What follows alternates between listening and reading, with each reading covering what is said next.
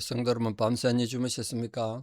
복된 새날이 밝았습니다. 찬양 드리며 하나님 예배자로 나가겠습니다. 204장 예전 찬송 379장입니다. 주의 말씀 듣고서 204장 찬양 드립니다.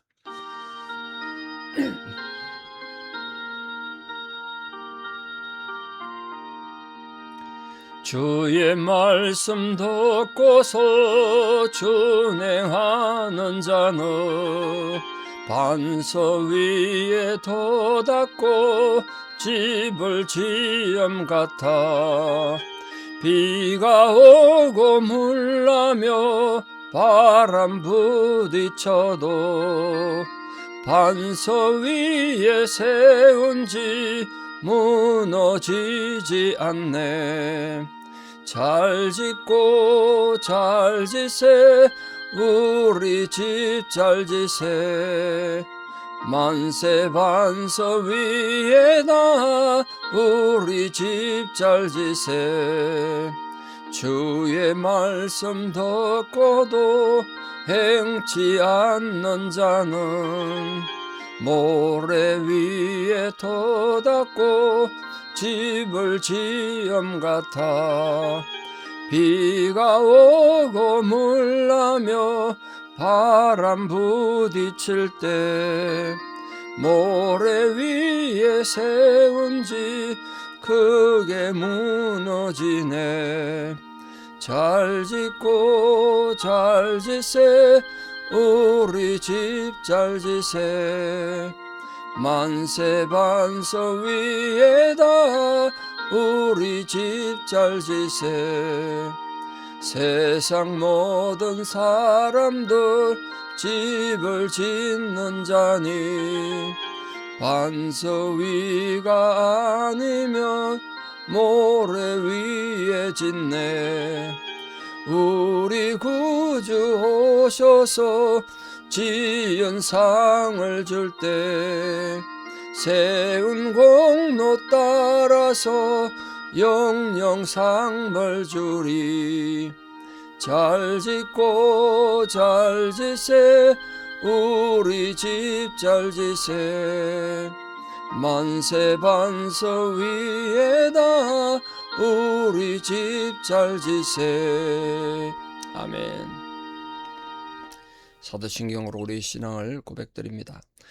나는 전능하신 아버지 하나님 천지의 창조주를 믿습니다. 나는 그의 유일하신 아들 우리 주 예수 그리스도를 믿습니다. 그는 성령으로 잉태되어 동정녀 마리아에게서 나시고 본디오 빌라도에게 고난을 받아 십자가에 못 박혀 죽으시고 장사된 지 사흘 만에 죽은 자 가운데서 다시 살아나셨으며 하늘에 오르시어 전능하신 아버지 하나님 우편에 앉아 계시다가 거기로부터 살아있는 자와 죽은 자를 심판하러 오십니다. 나는 성령을 믿으며 거룩한 공교회와 성도의 교제와 죄를 용서받는 것과 몸의 부활과 영생을 믿습니다. 아멘. 2026년 5월 14일 목요일 새벽 하나님 주신 말씀 요한복음 7장 10절에서 24절입니다. 요한복음 7장 10절에서 24절 봉독에 올립니다. 그 형제들이 명절에 올라간 후에 자기도 올라가시되 나타내지 않고 은밀히 가시니라. 명절 중에 유대인들이 예수를 찾으면서 그가 어디 있느냐 하고 예수에 대하여 무리 중에 수군거림이 많아 어떤 사람은 좋은 사람이라 하며 어떤 사람은 아니라 무리를 미혹한다 하나. 그러나 유대인들을 두려워함으로 드러나게 그에 대하여 말하는 자가 없더라. 이미 명절이 중간이 되어 예수께서 성전에 올라가사 가르치시니 유대인들이 놀랍게 여겨 이르되 이 사람은 배우지 아니하였거늘 어떻게 그를 아느냐 하니 예수께서 대답하여 이르시되 내 교훈은 내 것이 아니요 나를 보내신 이의 것이니라. 사람이 하나님의 뜻을 행하려 하면 이 교훈이 하나님께로부터 왔는지 내가 스스로 말함인지 알리라. 스스로 말하는 자는 자기 영광만 구하되 보내신 이의 영광을 구하는 자는 참되니 그 속에 불의가 없느니라. 모세가 너희에게 율법을 주지 아니하였느냐? 너희 중에 율법을 지키는 자가 없도다. 너희가 어찌하여 나를 죽이려 하느냐? 무리가 대답하되 당신은 귀신이 들렸도다. 누가 당신을 죽이려 하나이까? 예수께서 대답하여 이르시되 내가 한 가지 일을 행하매 너희가 다 이로 말미암아 이상히 여기던도다. 모세가 너희에게 할례를 행했으니 그러나 할례는 모세에게서 난 것이 아니요 조상들에게서 난 것이라. 그러므로 너희가 안식일에도 사람에게 할례를 행하느니라.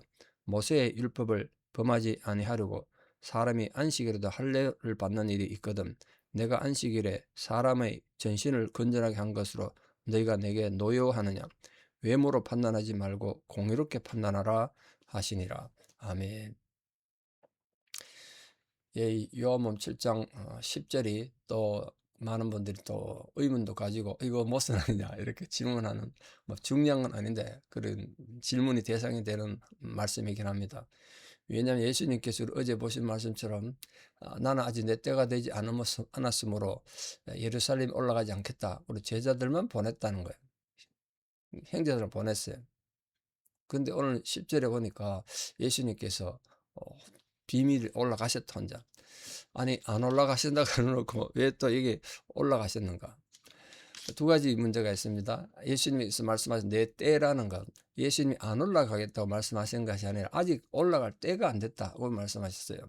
그러니까 그 내 때라는 건 뭐 예수님 십자가에 달릴 건 그런 거창한 때가 아니라 아마도 예수님은 제자들하고 같이 이렇게 올라가면 또 사람들 11절 12절을 보시면 이미 예수님은 그 당시 요즘 말로 셀럽이 되신 겁니다. 유명인이 된 거예요. 아이돌처럼. 사람들이 막 찾고 난리가 났는데 만약에 제자들하고 요란하게 올라가면 벌써 또 얼마나 시끄럽겠습니까? 예수님 하시려는 사역을 못 하시는 거예요. 그래서 아직 그런 때를 말하는 거고, 또 하나는 두 번째 오늘 본문에 혼자 올라가시면서 비밀스럽게 올라가셨다. 거기에 어제 하셨던 말씀에 포인트가 있다는 걸 생각하시면 좋겠습니다. 안 올라간다 그러니까 왜 올라가냐? 예수님이 거짓말한 거냐? 이런 차원의 뜻이 절대로 아닌 걸 꼭 기억하십시오.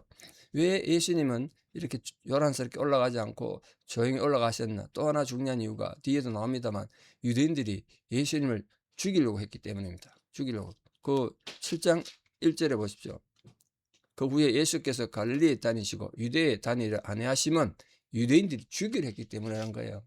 아직 예수님은 죽음이 두렵겠습니까만 아직은 죽으면 안 되거든요. 13절에 보면 사람들이 뭐 이제 예수가 어떤 사람인가 막 난리가 났습니다. 막 그런데 드러냈고 말을 못했다. 이유는 유대인들을 두려웠기 때문이다. 그때 유대인을 두려웠다니까 좀 이상한데 여기서 13절에서 말한 유대인은 누구냐? 대제사장이나 바리새인이나 서기관 사두개인 같은 종교 지도자들을 말합니다. 또 그들의 의견을 쫓아서 예수 그리스도를 공공연하게 죽이려고 했던 자들, 그런 사람을 말해요. 그러니까 모든 유대인들이 다 예수를 배척한 건 아닌 것 같습니다. 오늘 본문에 보니까 예수님에 대해서 12절에 좋게 여겼던 자들도 있다는 거잖아요. 예수님에 대해서.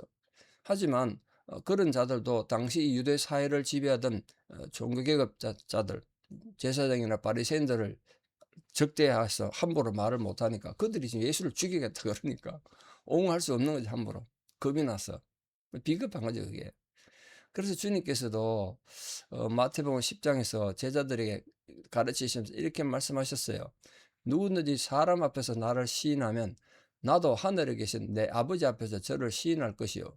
누구든지 사람 앞에서 나를 부인하면 나도 하늘에 계신 내 아버지 앞에서 저를 부인하리라.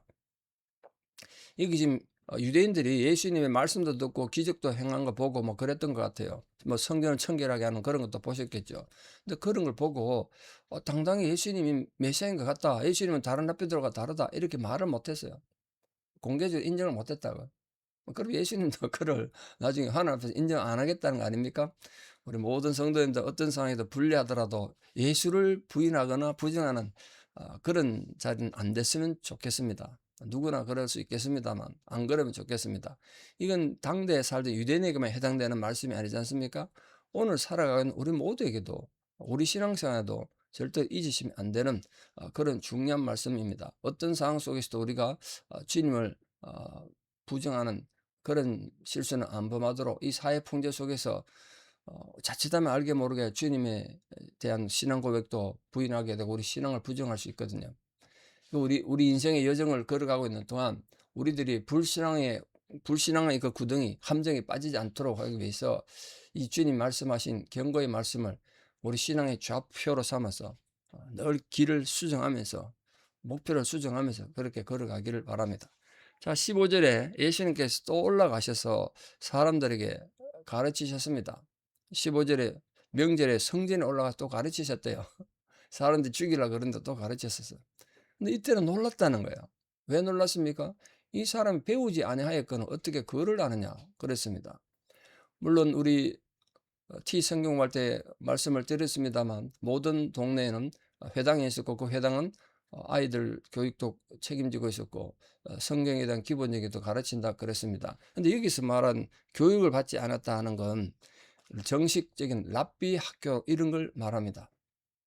그러니까 어떻게 이 사람은 교육을 받지 못했는데 글을 아느냐 이렇게 말하는데 예수님 완전 글도 모르고 문맹을 아는지 모르겠습니다만 그것보다는 아니 정식 랍비 학교 다녔던 적도 없는데 어떻게 지식을 갖고 있고 진리를 알 수 있느냐.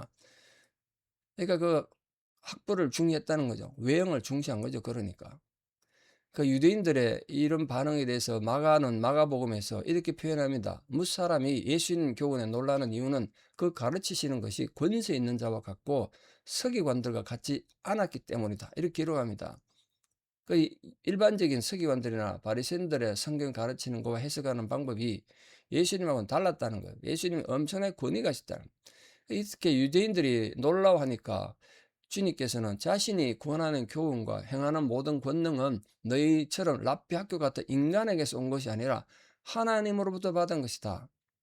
그리고 너희들이 정말 하나님의 영광을 구하고 하나님의 복음을 진리를 전하는 자고 그걸 아는 자라면 내가 하나님의 말씀으로 말하는 것을 알 것이다. 이렇게 지금 말하고 있습니다.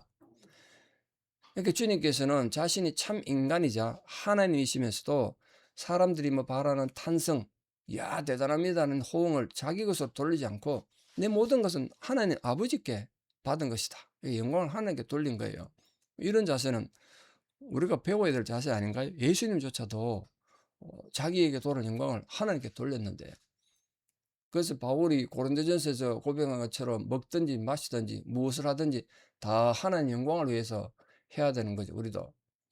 그래서 19절을 보시면 너희가 율법을 지키지 아니하면 나를 죽이려 한다. 이렇게 지금 그들을 공격했습니다. 율법을 지키지 않는다 그랬다. 너희들 중에 율법 지킨 자가 없도다. 이렇게 말했잖아요. 이미 그리스도께서 모세 당시에 이스라엘 백성들에게 주어진 율법을 인정하고 계셨다는 거예요. 예수님 율법을 부정한 건 아닙니다. 그 율법의 귀중성과 권위를 인정하셨다는 뜻이 담겨 있는 거예요. 그러니까 바리새인들이 자꾸 예수님이 율법을 파괴하는 자다 이렇게 공격하니까 내가 율법이나 선지자나 폐하러 온 줄로 생각지 말라. 폐하러 온 것이 아니라 완전케 하려 왔다고 말씀하셨잖아요. 그러나 유대인들은 자신들 스스로를 율법의 옹호자다, 율법을 수호하는 자들이다 이렇게 칭하면서도 인간이 만들어낸 각종 전통, 규례 이런 걸 행함으로써 오히려 율법을 서슴없이 어기고 있었다고요. 따라서 예수님께서는 너희 중에 율법을 지킨 자가 없도다. 그렇게 공격한 거예요. 이 참 기가 막힌 소리죠. 자기도 율법 전문가고 율법 지키는데 목숨 걸고 있는데 율법을 지킨 자가 아무도 없다. 이렇게 공격했으니까. 이뿐 아니라 예수님께서 너희가 나를 죽이려 하고 있다. 이렇게까지 말씀하셨습니다. 이 말씀은 명절 끝날에 행한 유대인들의 행동에서 충분히 입증되죠. 진짜 실제로 예수님 죽이려고 했으니까. 근데 여기서 한 가지 짚고 넘어가야 될 사실은 이 사람 죽이는 살인에 대한 겁니다. 살인. 6계명에 대한 살인이 있잖아요. 예수님께서도 6계명에 대한 해석을 가르치셨어요. 옛사람에게 말한 바 살인하지 말라. 그렇게 말했지만 나는 너에게 말한다. 형제에게 노하는 자마다 심판을 받게 되고 지옥불에 들어갈 것이다. 이렇게 말했지 않습니까? 그렇기 때문에 너희가 어찌하여 나를 죽이려 하느냐. 이 말씀은 예수 그리스도에 대한 직접적인 살인 행위뿐만 아니라 예수를 정의하고 질시하고 적대하는 그 모든 것이 살인에 해당되는 거예요. 지금 예수님 십자가에 못 박아 죽인 것만 살인이 아니라고요. 지금도 이미 바리새인들은 살인을 행하고 있는 거예요. 예수님을 정의하고 적대하고 미워하는 것. 이런 불건전한 명예욕과 경쟁심 때문에 참 생명 대신 예수를 마음으로 살인을 이미 했단 말이에요. 이렇게 이미 마음으로 살인한, 특히 예수님을 마음으로 살인한 자들은 보응을 받겠죠. 당연히. 전인격적인 완전한 멸망을 받을 수밖에 없습니다. 그러니까 우리가 어떤 상황에서도 예수와 불화하는 자가 되지 않기 위해서 그분을 진실로 극진히 사랑하는 자가 되기를 바랍니다. 예수님께서 이렇게 말하니까 유대인들이 또 뜨끔했나 봐요. 당신이 귀신 들렸다. 누가 당신을 죽이려 했냐. 이렇게 20절에 반문하고 있습니다. 자, 이때까지만 해도 유대인들의 이 종교 지도자들, 대제사장, 서기관, 바리새인들, 사두개인까지 포함해서 이런 자들이 예수를 잡아 죽이려고 공모하고 의논을 하고 있었지만 그들의 생각이 공공연하게 일반인에게는 알려지지 않았던 것 같아요. 그러니까 이제 잡아 떼는 거죠. 여기서 귀신 들렸단 말은 다른 말로 하면 미쳤다 이런 뜻인데, 당신 미쳤구나. 언제 우리가 당신 죽이려고 했냐 이런 뜻으로 말한 거란 말이에요. 그러니까 그리스도께서 유대인들이 그리스도께서 진리를 전가하시고 자신의 신성에 대해서 스스로 변정할 때마다 당신 귀신 들렸다 이렇게 비난했잖아요. 개수 같다고요. 게다가 그들은 예수님께서 행하시는 각종 표적까지도 귀신의 힘을 빌어서 병도 고치고 기적 행한다고 비난을 여러 번 했습니다. 그러나 하나님 아들이신 그리스도를 대적하고 주님의 구원 사역을 방해하는 것이 그게 사단의 활동 아닙니까? 결국은 귀신 들린 자들이 누군가요? 예수님 보고 너가 귀신 들렸다고 말한 그들이 바로 진짜 귀신 들린 자들이죠. 이게 신앙 세계는 이렇게 회색 지대는 존재하지 않아요.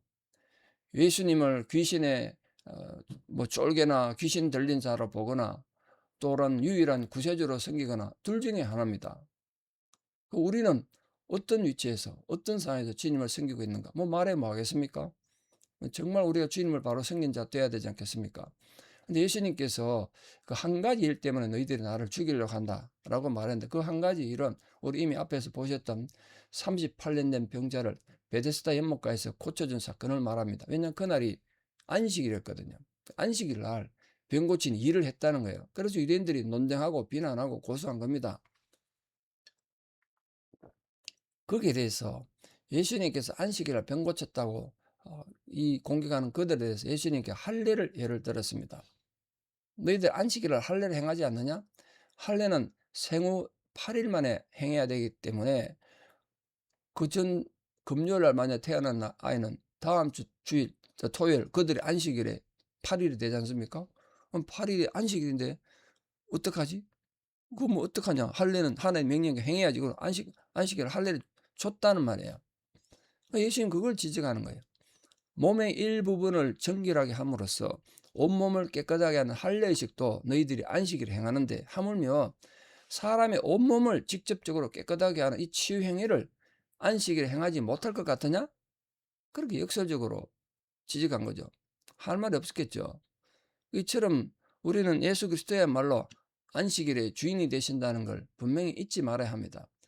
세상과 질서와 인류의 주인이 누군가, 이 세상 주인이 누군가, 이거 아는 게 무엇보다 시급합니다. 그래서 우리가 예수님을 바로 알 때 우리 삶은 참 기쁨과 풍성한 생명으로 넘쳐날 것입니다. 요즘도 전쟁은 계속되고 여러 가지 힘들고 어려운 상황이 있지만, 그래도 하나님의 위로와 은총 가운데서 우리 모든 성도님들도 하나님의 위로를 얻는 귀한 성도님들이 다 되셔서 정말 하나님과 주님의 은혜 가운데 복되게 살아가는 성도들 되시기를 진심으로 축원합니다. 기도드리겠습니다. 아버지 하나님의 크신 은혜를 감사드립니다. 오늘도 주님께서 말씀을 세상에 전하기 위하여 제자들을 먼저 보내시고 홀로 비밀스럽게 예루살렘 올라가시고 성전에서 또 죽음의 위험 앞에서도 당당하게 말씀을 선포하셨습니다. 세상을 사랑하셨기 때문이고 그 목자 잃은 양 같은 그 군중들을 불쌍히 여기셔서 주님 그렇게 행동하신 줄 믿습니다. 주님의 그 사랑이 우리에게도 바르게 전해지게 도와주시고, 오늘 주님께 주셨던 이 교훈, 정말 우리가 하나님의 말씀을 바르고 섬기고 신앙을 왜곡되게 만드는 자가 아니라 정말 하나님 사랑하는 마음으로 주를 올바르게 섬기고 하늘 바르게 예배하여 주의 기쁨이 되는 성도, 하나님 자녀 되는 은혜가 있게 하여 주시옵소서.